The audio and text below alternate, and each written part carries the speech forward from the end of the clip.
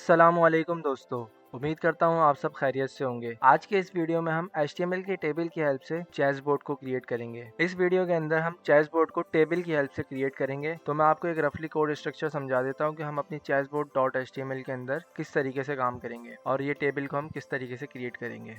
इस चैसबोर्ड को बनाने के लिए मैं आपसे एक्सपेक्ट कर रहा हूँ कि आपको टेबल के बारे में पता है। तो हम टेबल को एक क्रिएट करेंगे। एक टेबल के अंदर हम 8 टेबल रॉज लेंगे और 8 टेबल रॉज के अंदर हम 8 टेबल डेटास को लेंगे। टेबल डेटास क्या होंगी? जिसके अंदर हम अपना कंटेंट को लिखेंगे। टेबल रॉज क्या होंगी? टेबल रॉज वो होंगी जिसके अंदर हम अपना टेबल डेटा लेंगे। तो बिना किसी देर के अपने VS कोड में चलते हैं। मैं VS कोड में आ चुका हूँ और यहाँ पर मैंने चैसबोर्ड डॉट HTML के नाम से एक फाइल को क्रिएट करके रखा हुआ है। Shift 1 प्रेस करूंगा और यहाँ पर बॉयलर प्लेट कोड लूंगा। टाइटल सेट करूंगा चैसबोर्ड और इसको कॉपी ले लेते हैं ताकि हम एक हेडिंग डालते हैं। H1 लेते हैं और चैसबोर्ड की हेडिंग डालेंगे। हेडिंग डालने के बाद हम एक टेबल लेंगे। टेबल के अंदर हमने कहा था कि हम 8 टेबल रॉज लेंगे। 8 टेबल रॉज के अंदर हमने कहा था कि हर टेबल रॉ के अंदर हम 8 टेबल डेटा लेंगे। और यहाँ पे मैं मल्टी कर्सर फंक्शनैलिटी को ऑन करके यहाँ पे टेबल डेटा हमने कितने लेने हैं? 8।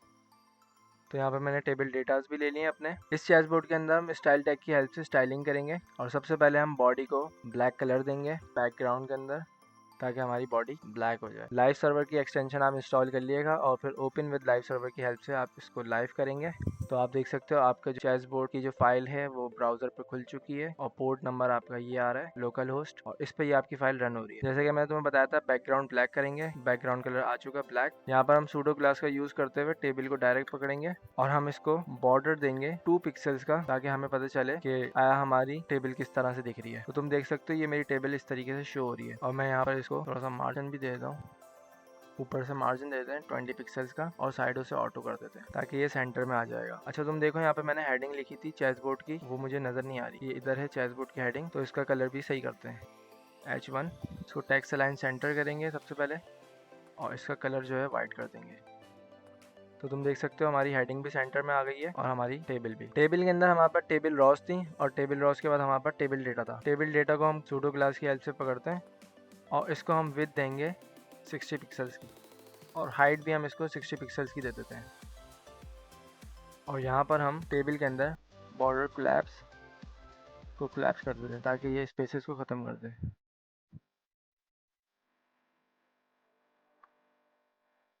तो मैंने इसको सेट करने के लिए क्या किया, मैंने टेबल को बॉर्डर लगा दिया ब्लैक। अब जैसे कि तुम्हें पता है हमें इसके बॉक्सेस के अंदर डिफरेंट कलर देने हैं जो हमारी रिक्वायरमेंट है, जो हमने डिज़ाइन देखा है उसके हिसाब से, और इसके अंदर आइटम्स रखने हैं। तो इसको रख लेते हैं। अब रखने के लिए क्या करेंगे, हमें फर्स्ट रो के अंदर काम करना है, सेकंड रो के अंदर काम करना है और हमें लास्ट रो के अंदर काम करना है और सेकंड लास्ट रो के अंदर काम करना होगा। तो चलो करते हैं। मैंने यहाँ पर अपने आइटम्स ऑलरेडी रखे हुए हैं सेट करके। तो मैं यहाँ पे ऑल्टर शिफ्ट और कंट्रोल को पकड़ के अप एरो की का इस्तेमाल कर रहा हूँ और इसको सेलेक्ट करके कॉपी कर देता हूँ। तो इसको मैंने मल्टी कर्सर फंक्शनैलिटी का ऑन किया अपने पास और मेरी फर्स्ट रो के अंदर मैंने सेम वही काम करूंगा, shift alter control multi cursor functionality को यूज करूंगा और फिर जो मैंने कॉपी किया था उसको पेस्ट कर दूंगा। सेम मैं काम क्या करूंगा, दूसरी लाइन का मेरा जो वर्क होगा इसको मैं कॉपी करूंगा सेम तरीके से। सेम सेकंड रो के अंदर भी मैं ये काम कर दूंगा मल्टी कर्सर फंक्शनैलिटी का यूज करते हुए। अब मेरी फर्स्ट रो भी हो गई, सेकंड रो भी हो गई। अब मैं यहाँ से देखता हूँ मेरी लास्ट और सेकंड लास्ट रो का है। ये मेरी लास्ट रो है और ये मेरी सेकंड लास्ट रो है। अब मैं आता हूँ, अब मुझे जो अपनी सेकंड लास्ट रो के अंदर आइटम रखना है वो मेरे ये आ गए। सेम उसी तरीके से कॉपी करूंगा और अपनी सेकंड लास्ट रो के अंदर इसको पेस्ट कर दूंगा। इसको भी कर लेते हैं कॉपी एंड पेस्ट। अभी देखो इसके अंदर हमें नज़र नहीं आ रहा जो हमने आइटम्स को रखा है। अब इसके अंदर का हमें कलर को सेट करना पड़ेगा। तो यहाँ पर एक कलर की क्लास बनाते हैं डॉट वाइट के नेम से, जिसके अंदर हमें बैकग्राउंड कलर रखना है वाइट के अंदर ये वाला, और दूसरी क्लास बनाते हैं ब्लैक के नाम से,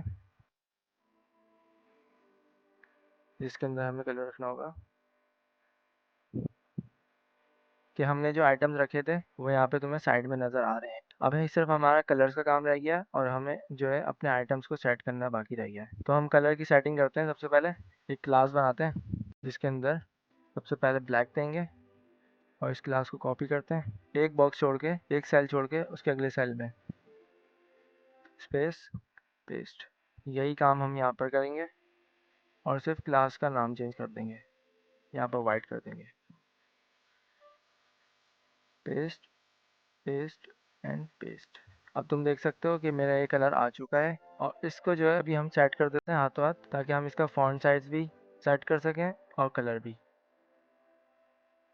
अब हमारे पास टेबल डेटा है, तो टेबल डेटा के अंदर हमारे पास जो आइटम आ रहा है इसको हम टेक्स्ट अलाइन सेंटर करेंगे। फॉन्ट साइज बढ़ाना 40 पिक्सल करके देखते हैं, तो ये इतना साइज़ काफ़ी है।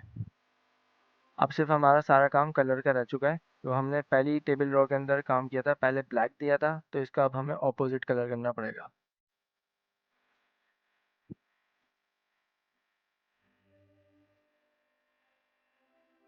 फर्स्ट में हमने ब्लैक दिया है, तो यहाँ पर वाइट। ऑफ कोर्स क्लास का नाम जो है थोड़ा सा कॉम्प्लिकेटेड लगेगा आपको, ओके। हम वाइट और ब्लैक कलर का भी यूज़ कर सकते थे, पर मुझे ये कलर अच्छा लगा। आपको जो कलर अच्छा लगे आप वो यूज़ करना। तो मैं जल्दी से नेक्स्ट रो का भी काम कर देता हूँ। नेक्स्ट रो के अंदर हमारे पास डेटा के अंदर कुछ भी नहीं है और हमें कलर का काम करना है।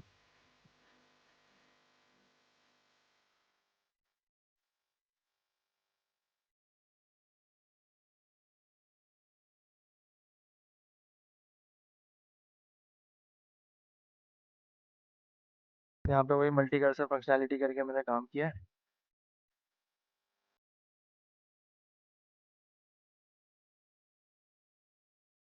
सेम मैं क्या करता हूँ, पेस्ट कर देता हूँ यहाँ पर आगे। और पिछले में मैंने ब्लैक किया था ऊपर, तो सेकंड में ब्लैक, फोर्थ में ब्लैक, सिक्स में ब्लैक, एट में ब्लैक। अब तुम देख सकते हो यहाँ पे कलरिंग अच्छी सी हो रही है। अब मज़ा आ रहा है। यहाँ पर सेम वही काम करते हैं जो पहले किया था, पेस्ट करते हैं। इस बार फर्स्ट में ब्लैक, थर्ड में, फिफ्थ में और सेवन में ब्लैक। क्लास का नाम है। क्लास लगाते हैं मल्टी कर्सर से फिर से। फर्स्ट में वाइट है, सेकंड में ब्लैक है, इधर फोर्थ कॉलम में, सिक्स में और एट में भी ब्लैक होगा क्लास का नाम। और अभी हमारे जैसे कि हमने दो में काम किया था, अब हमारे ये भी आखिरी के दो कॉलम्स बचे हैं। कॉपी करते हैं क्लास,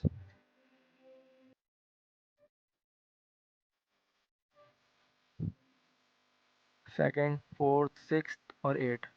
अब मैं ये कॉपी कैसे ये मल्टी कर्सर फंक्शनैलिटी कैसे कर रहा हूँ, ऑल्टर दबा रहा हूँ और दबा रहने दे रहा हूँ और फिर क्लास के ऊपर क्लिक करता हूँ, तो ये मेरा मल्टी कर्सर फंक्शनैलिटी ऑन हो जाता है। इसको डिलीट करते हैं यहाँ से और यहाँ पर वाइट लिख देते हैं और फिर सेम करके कॉपी करेंगे और सेम काम कर देंगे। स्पेस दिया, पेस्ट किया। यहाँ पे पहले मैंने एक को कॉपी किया, फोर्थ पे किया, सिक्स पे किया और एट पे किया और यहाँ पे ब्लैक लिख दिया क्लास नेम। तुम देख सकते हो ये मेरा काम हो चुका है। चेस बोर्ड हमारा क्रिएट हो गया है। अब हम जो है इसको थोड़ा सा और फाइन करते हैं, जैसे कि चेस बोर्ड की हेडिंग को बड़ा करते हैं और स्पेसेस देते हैं और ये बॉर्डर का जो वाइट कलर आ रहा है इसको भी ख़त्म करते हैं। ये बॉर्डर का कलर ख़त्म करते हैं और हमें हेडिंग के अंदर काम करना था। हेडिंग को यहाँ से मार्जिन देते हैं 40 पिक्सल टॉप बॉटम से और साइडों से, और टू साइडों से हमें चाहिए नहीं, इसलिए यहाँ पे फॉन्ट साइज कर देते हैं इसको 50 पिक्सल्स और इसकी फॉन्ट फैमिली लिख देते हैं एरियल। तो जैसा हमने यहाँ पर देखा था हमने ऑलरेडी वैसे ही क्रिएट कर चुके हैं। अब तुम देखो मैंने ये कोड तो किया, अब मैंने एक टेबल ली, उसके अंदर फिर 8 टेबल रॉज ली है, फिर 8 टेबल डेटाज ली हर एक के अंदर। तो ये थोड़ा सा मुझे एक मुश्किल स्टेप लगा। अब तुम चाहते हो इसका मुझे कोई इजी सॉल्यूशन मिले कि यार मैं एक काम करूँ कि मैं एक लाइन ऑफ कोड लिखूँ मेरा काम हो जाए, तो इसका ईजी स्टेप क्या है? तुम्हें क्या करना है, तुम्हें एक टेबल लिखनी है। टेबल के अंदर तुम्हें क्या करना है, टेबल रॉ बोल लो। टेबल रॉ कितनी चाहिए तुम्हें? 8 टेबल रॉस चाहिए। अगर उसके अंदर भी अगर तुम्हें कोई काम करना है तो तुम क्या बोलोगे, भाई मुझे टेबल रॉस के अंदर भी, ईच टेबल रॉ के अंदर अगर 8 टेबल डेटा चाहिए। कितने? अभी देखो तुमने एक टेबल बनाई, यहाँ पे तुम्हारे को एम एड एब्रीविएशन के अंदर नज़र आ रही होगी। एक टेबल बनाई तुमने, एक टेबल रॉ के अंदर एक टेबल डेटा लिया।